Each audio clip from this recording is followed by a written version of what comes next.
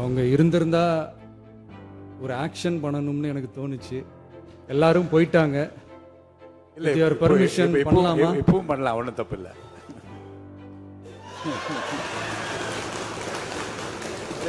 மக்களால் நிராகரிக்கப்பட்டு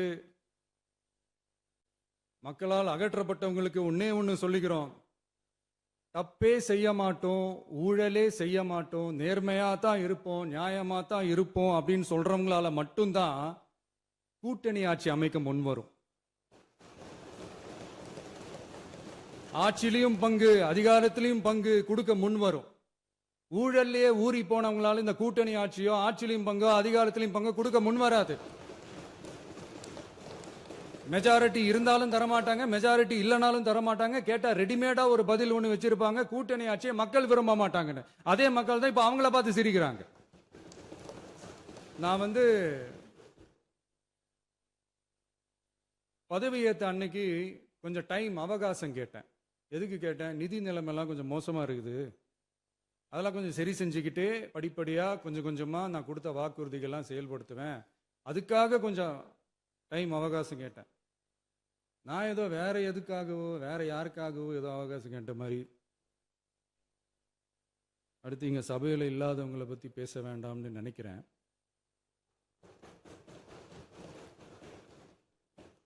இங்க நம்மளை பத்தி அவதூறு பரப்புறதோட மட்டும் இல்லாம இப்ப நம்ம மக்கள் மேலேயும் அவதூறு பரப்ப ஆரம்பிச்சிட்டாங்க. மக்கள் நமக்கு ஓட்டு போட்டது தப்பான், குடும்பம் குடும்பமா நமக்கு ஆதரிச்சது தப்பான். இது இப்ப இல்ல, நான் சொல்றது எம்ஜிஆர் அவர்கள் காலத்திலிருந்தே. அப்பவே அவர் ஜெயிச்சப்போ அதே மக்களை தப்பு தப்பா பேசுறது. மக்கள் என்ன பண்ணிட்டாங்க, எம்ஜிஆர் என்ன பண்ணிட்டாரு, எம்ஜிஆர் என்ன இது பண்ணிட்டாரு. 50 வருஷமா ஒரே டெக்னிக்கா.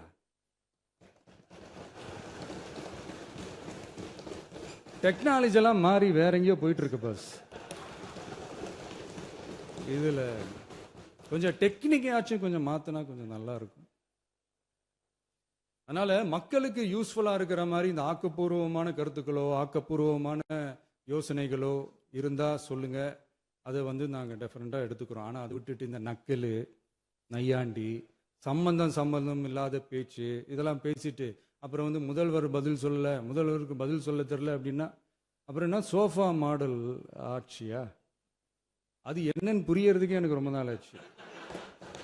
இந்த sofa set, table chair, teapoy, furniture பிசினஸ்லாம் வேற எங்கேயா வெளியில போய் பண்ண சொல்லுங்க. அப்படி அந்த பிசினஸ் தான் பண்ணணும்னா நிறைய பிசினஸ் பண்ற மாதிரி வெளியில போய் பண்ண சொல்லுங்க, இங்க சட்டசபைக்குள்ள வேணாம். அதனால ஆக்கப்பூர்வமான கருத்துக்கள் இருந்தா சொல்லுங்க, டெஃபினட்டா அது சரியா இருந்தா நாங்க ஏத்துக்கிறோம். எனக்கு ஒரு குட்டி கதை ஒன்று ஞாபகம் வருது, சொல்லாமா? ஒரு ஊர்ல ஒரு பெரியவர் வெயில் ரொம்ப ஜாஸ்தியா இருக்குன்னு சொல்லிட்டு கண்ணுக்கு மேல கை வச்சுக்கிட்டு இப்படி சுத்தி முத்தி தேடிக்கிட்டு இருந்தாராம். அப்ப கூட இருந்த ஒரு சின்ன பையன் என்ன தேடுறீங்க அப்படின்னு கேட்டானா. அதுக்கு அந்த பெரியவர் சொன்னாரா, அது ஒண்ணு இல்ல தம்பி, உங்க அப்பா இங்கதான் இருப்பாருன்னு சொன்னாங்க, அதான் தேடிக்கிட்டு இருக்கேன், எங்க உங்க அப்பாவையே காணோம்.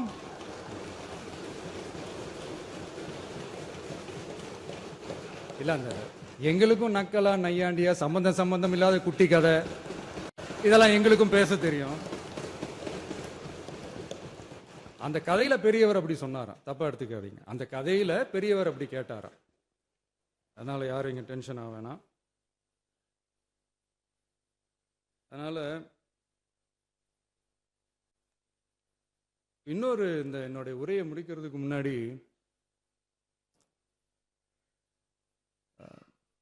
போயிட்டாங்க, பேசலாமா? நிறைய உங்க கருத்துக்களை நீங்க முழுமையாக மன நிறைவோடு பேசலாம். டிவியில பார்ப்போம். சரி, அதான் 5 நிமிஷம் பேசுனதுக்கே கொளத்தூரி இந்த ஆட்டம் அடிச்சு பேசுனா அப்புறம் என்ன பண்றது? கடைசியா நான் இந்த உரையை முடிக்கிறதுக்கு முன்னாடி ஒரு முக்கியமான ஒரு விஷயம் பத்தி சொல்லணும். ஆளுநர் உரை அன்னைக்கு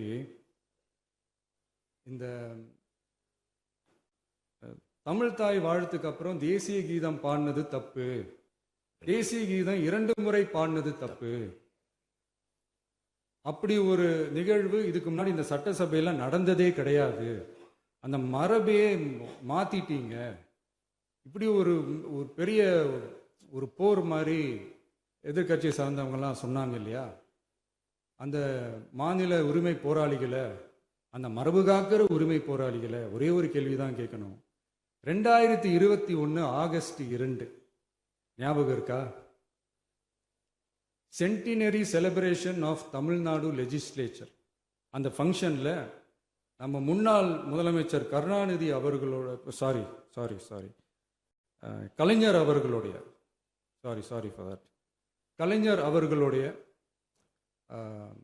புகைப்படத்தை மாண்புமிகு குடியரசுத் தலைவர் திறந்து வைக்கிற ஒரு ஃபங்க்ஷன். அந்த ஃபங்க்ஷன்ல national anthem followed by Tamil Thai Vazhthu அப்படின்னு அறிவிச்சது ஞாபகம் இருக்கா? அதாவது தேசிய கீதத்துக்கு அப்புறமா இரண்டாவது முறையா, நோட் திஸ் பாயிண்ட் மாண்புமிகு பேரவைத் தலைவர் அவர்களே, ப்ளீஸ் நோட் திஸ் பாயிண்ட். தேசிய கீதத்துக்கு அப்புறம் இரண்டாவது முறையாக தமிழ் தாய் வாழ்த்து பாடப்படும் அப்படின்னு சொன்னது ஞாபகம் இருக்கா? அதுவும் முத்தமிழ் அறிஞர் அப்படின்னு சொல்ற நம்ம கலைஞர் அவர்களுடைய அந்த புகைப்படம் வெளியிட்டு விழாவில் அவர் இருந்த இதே சபையில தமிழை இரண்டாவது இடத்துக்கு தள்ளினது யாருன்னு ஞாபகம் இருக்கா? அது மட்டும் இல்ல, அந்த தேசிய கீதத்தை நாட்டுப்பண் நேஷனல் ஆந்தம்னு சொல்லி அதே ஃபங்க்ஷன்ல கடைசியா ஃபங்க்ஷன் முடியும் போது செகண்ட் டைம் தேசிய கீதம் பாடினதும் ஞாபகம் இருக்கா? இதே அவையில் தான், அது அவை குறிப்பிலும் இருக்கிறது, இதே அவையில் தான் நடைபெற்றது. இந்த தக்க நேரத்தில் இந்த ஆதாரங்களை அளித்த மாண்பு முதல்வர்களுக்கு நன்றியை தெரிவித்துக் கொள்கிறேன். ஏதாவது டவுட் இருந்தா இந்த புக்கை பார்த்து தெரிஞ்சுக்கலாம். அதனால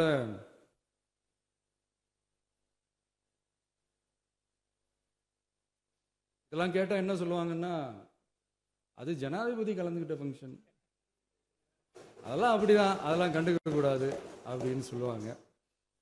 இதே மாதிரி தான் பேசுறது ஒன்று, செய்யறது ஒன்று, பேசுறது ஒன்று. இதெல்லாம் மக்கள் பார்த்துக்கிட்டு இருக்காங்க. எலெக்ஷனுக்கு முன்னாடி தான் அப்படி செஞ்சுக்கிட்டு இருந்தாங்க, இப்போ எலெக்ஷனுக்கு அப்புறம் அதே தான் செய்கிறாங்க.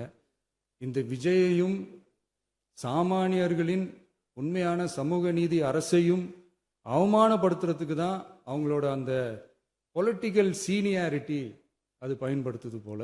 சரி, செய்யட்டும், நல்லா செய்யட்டும். இப்போ ஆனாலும் நம்மளுடைய மாநில உரிமை, மொழி உரிமை, உத்தம உத்தரர் போல வேஷம் போடுற எதிர்கட்சிக்கு ஒன்றை மட்டும் ஆணித்தரமாக சொல்றோம். உங்களை மாதிரி தமிழ்னு சொல்லிக்கிட்டு, மொழி, பண்பாடு, கலாச்சாரம்னு சொல்லிக்கிட்டு ரெட்டை வேஷம் போடுறவங்க நாங்க கிடையாது. உலகெங்கும் வாழும் என் தமிழ் சொந்தங்களுக்கு நம்முடைய உத்தரவாதம் தமிழ் தான் எங்க உயிர் நாடி அப்படின்றத மறக்க மாட்டோம். இப்பவும் சொல்றோம், மாநில உரிமையில எப்பவும் உறுதியா இருப்போம். அதே சமயத்துல அரசியல் வேற, ஒன்றிய மாநில அரசுகளுக்கு இடையே இருக்கிற நிர்வாக அணுகுமுறை வேற. இதுல நாங்க ரொம்ப தெளிவா இருக்கிறோம். அதனால எங்களுக்கு பாடம் எடுக்கிறதா நினைச்சுக்கிட்டு உங்க வேஷத்தை நீங்களே கொஞ்சம் கொஞ்சமா கலைச்சிக்கிட்டே வரீங்க, மறந்துடாதீங்க. அப்புறம்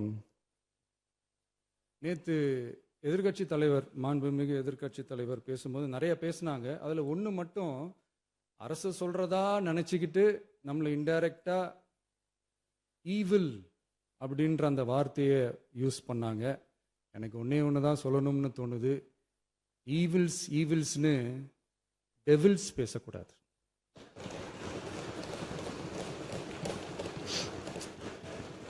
அவங்க இருந்திருந்தா ஒரு ஆக்ஷன் பண்ணணும்னு எனக்கு தோணுச்சு. எல்லாரும் போயிட்டாங்க. பர்மிஷன் பண்ணலாமா? இப்பவும் பண்ணலாம், ஒன்றும் தப்பு இல்லை.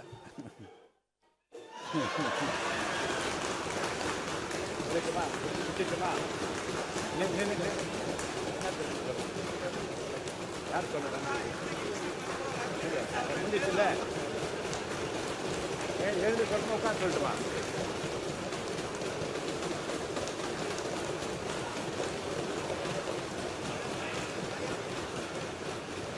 விவாதம்